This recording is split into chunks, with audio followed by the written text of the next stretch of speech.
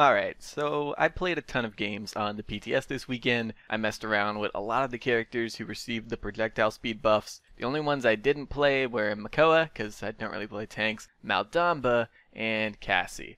I played all the others though. Now the question is, are these speed buffs good or bad? From what I've seen, it seems like the community is pretty divided on these.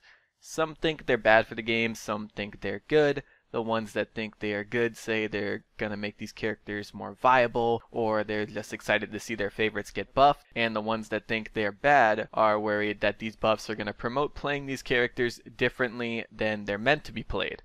At least that's the general consensus I got from it all. It's definitely understandable to worry about something like that. Like, for example, Eevee could sit back and play like a damage by firing off projectiles that both move faster and deal more damage than Drogos rockets. Or Grover can play like a damage too by doing that same thing. However, here's the thing. Every character is designed around a certain role, right? Even if those roles aren't exactly what the game says they are, like Pip being a support when he's a much more effective flank, or Lex being a flank when he deals a ton of damage. So let's say you decide to play Eevee and Grover like a damage after this update comes out. You're gonna end up being a lot less impactful than if you were to play them how they're supposed to be played.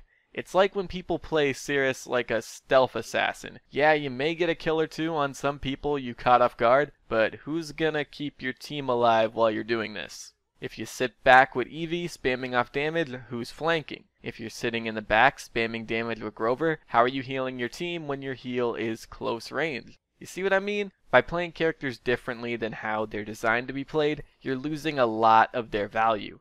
Like if you do something like that with Eevee or Grover, then you might as well be playing Kinessa or Xiaolin. They're better at it anyway.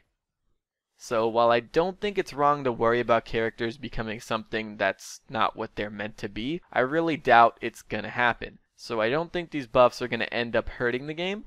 Some may be a bit too fast, yeah, and Hi-Rez will adjust it, but I don't think they're gonna be so bad that they're gonna feel the need to completely revert these buffs. I'm pretty positive they're here to stay.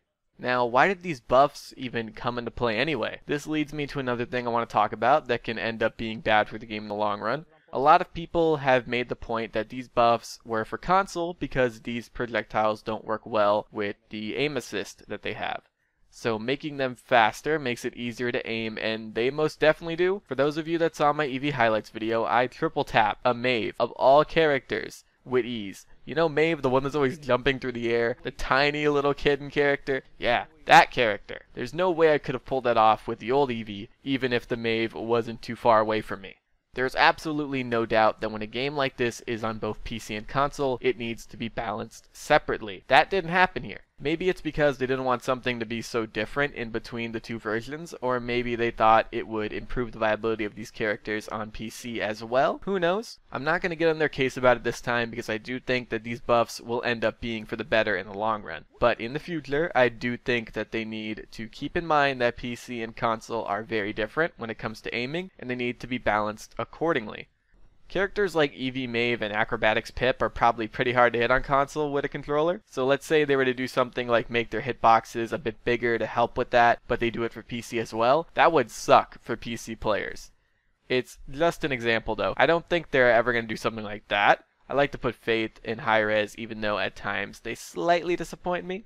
Anyway, OB53 will probably be going live sometime early tomorrow like normal. So if you guys didn't get to on the PTS, go ahead, play with the new buffs tomorrow, mess around with them, give them some time, and see if you look at them differently, whether it's for better or for worse. Again, only time will tell us if these buffs are going to help or hurt the game, so take that time to play and give Hi-Rez your feedback. Unless that feedback is nerf Drogos, like I've been seeing some people say.